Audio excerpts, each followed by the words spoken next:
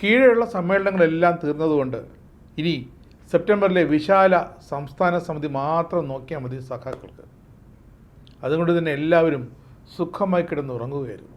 ഭരണമോ party സമ്മേളനങ്ങളോ മറ്റ് പൊതുയോഗങ്ങളോ ഒന്നുമില്ലാത്തതിനാൽ ഇടത് സഖാക്കളെല്ലാം സുഖമായി ഉച്ചയ്ക്ക് ഉണ്ടിറങ്ങുകയായിരുന്നു.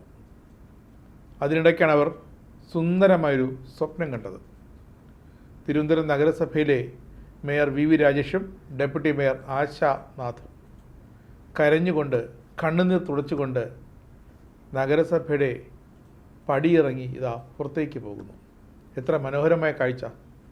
ഈ കാഴ്ച സ്വപ്നമായെങ്കിലും എന്നെങ്കിലും ഒന്ന് കാണിച്ചു തരണേയെന്ന് ഇവർ മനസ്സുകൊണ്ടെങ്കിലും ആഗ്രഹിച്ച എത്ര ദിവസങ്ങളുണ്ടായിരുന്നു. ഒടുവിൽ അത് യാഥാർത്ഥ്യമായി. പക്ഷെ ഞെട്ടി ഉണർന്നപ്പോഴോ നഗരസഭയിൽ സുഗതൻ്റെ അവധി അപേക്ഷ ഇതാ എത്തിയിരിക്കുന്നു. നഗരസഭാ കൗൺസിൽ ഇതാ ചേർന്നുകൊണ്ടേയിരിക്കുന്നു. മേയർ വി വി രാജേഷ് സുഗതൻ്റെ അപേക്ഷ കയ്യിലെടുത്ത് വെച്ച് പറയുന്നു, ഈ അവധി അപേക്ഷയെ പിന്താങ്ങുന്നവർ എത്ര പേർ, എതിർക്കുന്നവർ എത്ര പേർ. എന്നിട്ട് അടുത്ത വാക്ക് മേയറുടേത്. അതാ പൗണ്ട് കടവിലെ കൗൺസിലർ സുധീഷ് അവധി അപേക്ഷയെ പിന്താങ്ങിയിരിക്കുന്നു. ഇനി എത്ര പേരുണ്ട് എതിർക്കുന്നവർ? അപ്പോഴേക്കും ചിത്രം വ്യക്തം. മേയറുടെ കാസ്റ്റിംഗ് വോട്ട് കൂടി ആയതോടെ ആ ഒരു മഹാസംഭവമെന്ന് മാധ്യമങ്ങളും ഇടതുപക്ഷവും വലതുപക്ഷവും ഒക്കെ വിശേഷിപ്പിച്ചു കൊണ്ടേയിരുന്ന ആ വലിയൊരു സംഭവത്തിന് തിരശ്ശീല വീണു. അടുത്ത വിഷയത്തിലേക്ക് കടക്കുകയാണ്. ഇന്നത്തെ കൗൺസിൽ യോഗത്തിൽ പറയാം അടുത്ത വിഷയം കൂടെ പറഞ്ഞിട്ട് പറയാം. സമയം തരാം. അതായത് ഇന്നത്തെ കൗൺസിൽ യോഗത്തിൽ ലീവ് അറിയിച്ചിട്ടുള്ളത് Vazhottukonam councillor Sugathan Viyyur central jail superintendent മുഖേന അദ്ദേഹത്തിന് ഹാജരാകാൻ കഴിയില്ല എന്ന് അറിയിച്ചിട്ടുണ്ട്. മുനിസിപ്പൽ ആക്ട് പ്രകാരം അദ്ദേഹത്തിന് 6 മാസത്തേക്ക് കൗൺസിലിൽ ഹാജരാകാൻ സാധിക്കില്ല എന്ന കാര്യം അദ്ദേഹം അറിയിച്ചിട്ടുണ്ട്. മുനിസിപ്പൽ ആക്ട് അനുസരിച്ച് അദ്ദേഹത്തിന്റെ ഹാജരാകാതിരിക്കുവാനുള്ള അദ്ദേഹത്തിന്റെ ആവശ്യം ഈ കൗൺസിൽ യോഗം അംഗീകരിക്കുകയാണ്.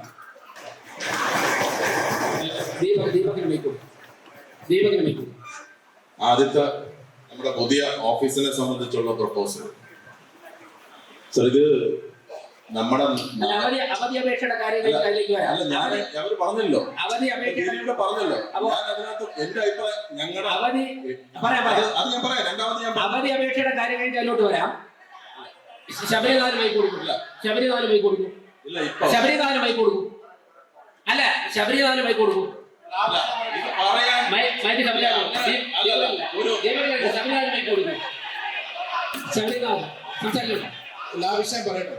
ഈ അവധി അപേക്ഷ അംഗീകരിക്കാൻ താല്പര്യമുള്ളവരല്ല. അവധി അപേക്ഷ അംഗീകരിക്കുന്നവർ കൈ ഉയർത്തണം. Sudheesh Poundukada ward councillor Sudheesh 1.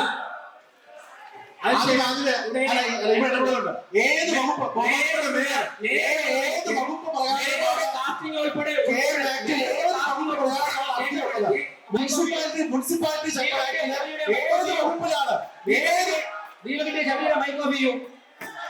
Poundukadavu ward councillor Sudheesh ഉൾപ്പെടെ 51 പേർ ഈ അവധി അപേക്ഷയെ പിന്താങ്ങിയിരിക്കുന്നു. മേയറുടെ കാർട്ടിംഗ് ഉൾപ്പെടെ വിനിയോഗിച്ചിരിക്കുന്നു. വാഴോട്ടുകോണം വാർഡ് കൗൺസിലർ സുഗതനെ 6 മാസത്തേക്ക് ഈ കൗൺസിൽ യോഗത്തിൽ ഹാജരാകുന്നതിൽ നിന്നും ഒഴിവാക്കിയിരിക്കുന്നു.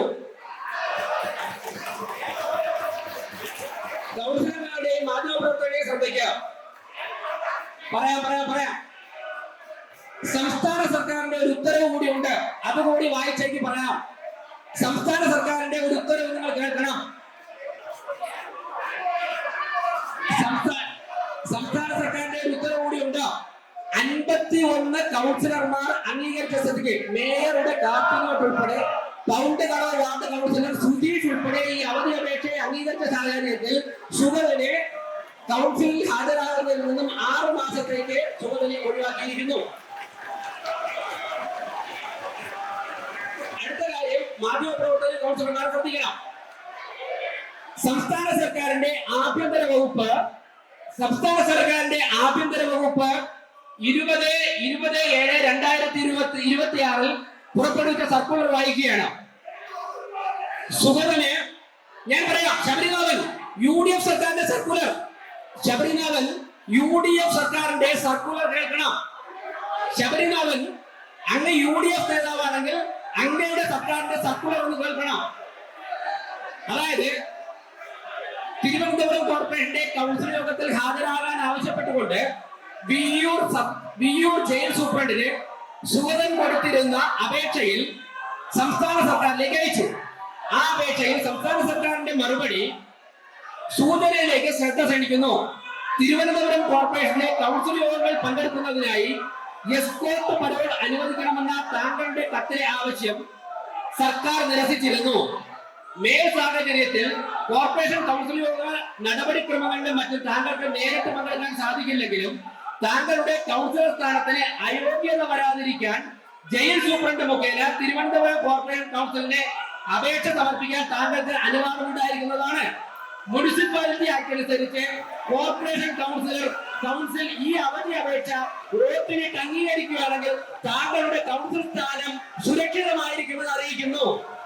ഇത് സംസ്ഥാന സർക്കാരിന്റെ ആഭ്യന്തര വകുപ്പ് 2026 7-ാം മാസം 2-ാം തീയതി പുറപ്പെടുവിച്ച സർക്കുലറാണ്.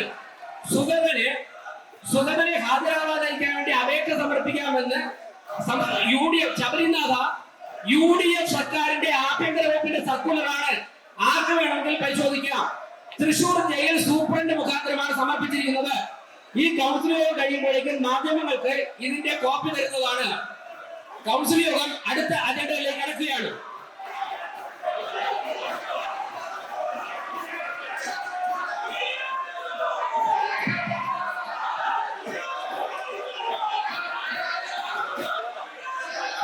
ധനകാര്യ സ്റ്റാൻഡിംഗ് കമ്മിറ്റി അജണ്ട നമ്പർ 17 മുതൽ ഡെപ്യൂട്ടി മേയർ. ധനകാര്യ സ്റ്റാൻഡിംഗ് കമ്മിറ്റി പാസാക്കിയ 17 മുതൽ 46 വരെയുള്ള അജണ്ടകളും 113, 133 വരെയുള്ള അജണ്ടകളും അതുപോലെ സപ്ലിമെന്ററിയുള്ള 1 മുതൽ 12 വരെയുള്ള അജണ്ടകളും കൗൺസിൽ മുമ്പാകും. ഫിനാൻസ് സ്റ്റാൻഡിംഗ് കമ്മിറ്റിയുടെ അജണ്ടയിൽ ആർക്കെങ്കിലും അഭിപ്രായ ചർച്ചയിൽ പങ്കെടുക്കാനുള്ള സമയമാണ്. എന്തെങ്കിലും നിർദ്ദേശങ്ങൾ ഉണ്ടെങ്കിൽ സമർപ്പിക്കാം.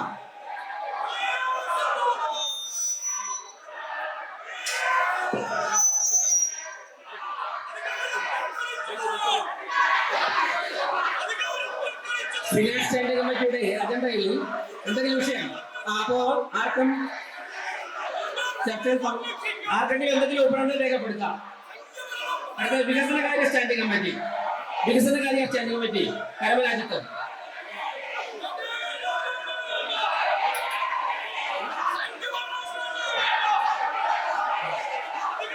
വികസന സ്റ്റാൻഡിംഗ് കമ്മിറ്റി കരമരാജ്യത്ത്. അതിന്റെ 47 വികസനകാര്യ സ്റ്റാൻഡിംഗ് കമ്മിറ്റിയുടെ അജണ്ട പാസ്സാക്കണമെന്ന് അഭ്യർത്ഥിക്കുന്നു.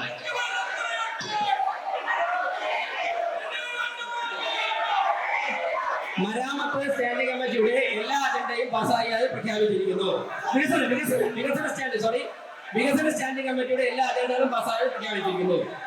3 ക്ഷേമകാര്യ സ്റ്റാൻഡിംഗ് കമ്മിറ്റി സത്യവതി 48, 55, 57, 70, 70 മുതൽ 74 വരെയും 76 മുതൽ 79 വരെയും 82 മുതൽ 84 വരെയും 88 മുതൽ 86 മുതൽ 88 വരെയും 91 മുതൽ 94 വരെയും 99 മുതൽ 107 വരെയും 114 മുതൽ 121 വരെയും സപ്ലിമെന്ററി 1-ാമത്തെ അജണ്ടയും 56-ാമത്തെ അജണ്ടയും 68-ാമത്തെ അജണ്ടയും 90 മുതൽ 99 വരെ അജണ്ടയും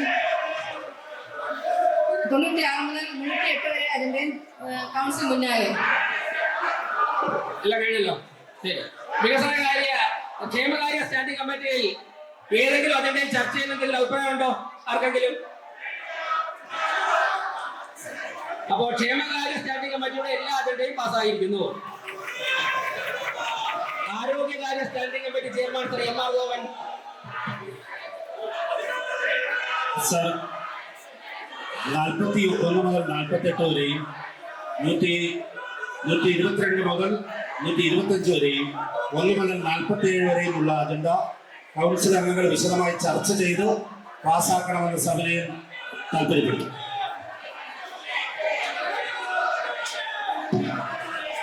ആരോഗ്യകാര്യ സ്റ്റാൻഡിംഗ് കമ്മിറ്റി എന്തെങ്കിലും അഭിപ്രായങ്ങളുണ്ടോ ആർക്കെങ്കിലും? ശരി. ആരോഗ്യകാര്യ സ്റ്റാൻഡിംഗ് കമ്മിറ്റി അജണ്ടകളൊക്കെ പാസ്സായിരിക്കുന്നു.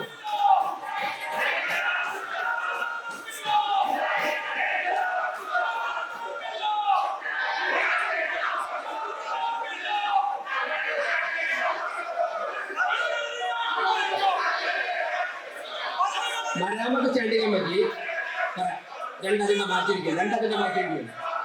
മെയിൻ അജണ്ടയിൽ 167 അജണ്ട നമ്പർ 167 മാറ്റിവെക്കുകയാണ്. 167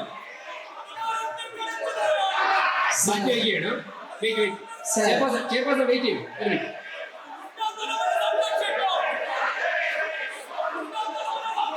സപ്ലിമെന്ററി അജണ്ടയിൽ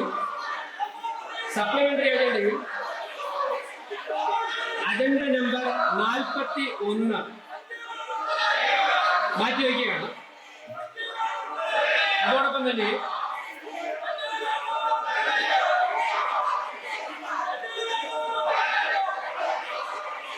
അജണ്ട നമ്പർ 45 മാറ്റിവെക്കുകയാണ്. അജണ്ട നമ്പർ 52 മാറ്റിവെക്കുകയാണ്. ഇത് ഒഴികെയുള്ള ബാക്കിയുള്ള അവതരിപ്പിക്കാം. സർ, മരാമത്ത് കാര്യ സ്റ്റാൻഡിംഗ് കമ്മിറ്റിയുടെ മെയിൻ അജണ്ടയിലുള്ള 27, 28, 30, 90, 95, 126 മുതൽ 191 വരെ അതിനകത്ത് മേയർ പറഞ്ഞ 167 മാറ്റിവെച്ചുകൊണ്ട്, അതുപോലെ തന്നെ സപ്ലിമെന്ററി അജണ്ടയിൽ പേജ് നമ്പർ 43 മുതൽ 68 വരെ 1 മുതൽ 57 വരെ ഉള്ളതിൽ 41, 43, 52 മാറ്റിവെച്ചുകൊണ്ട് കൗൺസിൽ അംഗീകാരത്തിനായി സമർപ്പിക്കുന്നു. മാറ്റിവെച്ച അജണ്ടകൾ ഒഴികെ മരാമത്ത് സ്റ്റാൻഡിംഗ് കമ്മിറ്റിയിലെ എല്ലാ അജണ്ടകളും പാസ്സായിരിക്കുകയാണ്. Town planning chairman Shri Pattoor Radhakrishnan town planning standing കമ്മിറ്റിയുടെ അജണ്ടകൾ വായിക്കൂ. സർ, നഗരാസൂത്രണകാര്യ സ്റ്റാൻഡിംഗ് കമ്മിറ്റിയുടെ സപ്ലിമെന്ററി അജണ്ടകളില്ല. മെയിൻ അജണ്ടയിൽ നമ്പർ 192 മുതൽ 199 വരെ അംഗീകാരത്തിനായി കൗൺസിൽ മുമ്പാകെ സമർപ്പിക്കുകയാണ്. ടൗൺ പ്ലാനിംഗിൽ ആർക്കെങ്കിലും ചർച്ചയിൽ എന്തെങ്കിലും പറയാനുണ്ടോ? എന്തെങ്കിലും നിർദ്ദേശങ്ങൾ? ഒന്നുമില്ല. ടൗൺ പ്ലാനിംഗ് സ്റ്റാൻഡിംഗ് കമ്മിറ്റിയുടെ എല്ലാ അജണ്ടയും പാസ്സായിരിക്കുന്നു. നികുതി അപ്പീൽകാര്യ സ്റ്റാൻഡിംഗ് കമ്മിറ്റി സിന്ധു ശശി എന്തെങ്കിലും ഇല്ല. വിദ്യാഭ്യാസ standing committee chairman Shri Chempazhanthi Udayan ഇല്ല.